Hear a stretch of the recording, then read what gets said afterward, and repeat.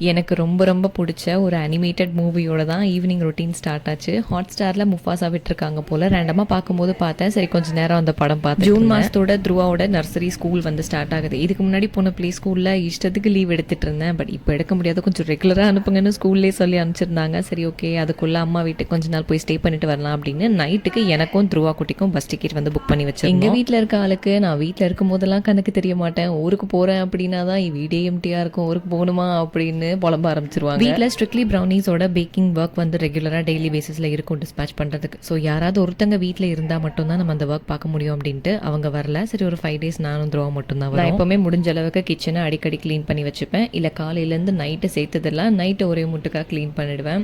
ஒரு 5 நாள் உன்னே தான் நம்பி விட்டுட்டு போகிறேன். பேச்சுலர் கிச்சன் மாதிரி ஆக்கி வச்சிடாதப்பா, கொஞ்சம் நீட்டாக வச்சுக்கோ, எனக்கு வந்ததுக்கப்புறம் பெரிய வேலை வச்சிடாது அப்படின்னு சொல்லிட்டு இருந்தேன். இந்த ட்ராவல் பஸ்னாலே இப்படி தான் போல். டைம் ஒன்று சொல்கிறது, வரது 2 மணி நேரம் லேட்டாக இருக்குது. அவசர அவசரமாக டைமுக்கு கிளம்பி போனால் 2 hours வெயிட் பண்ண வச்சுட்டானுங்க.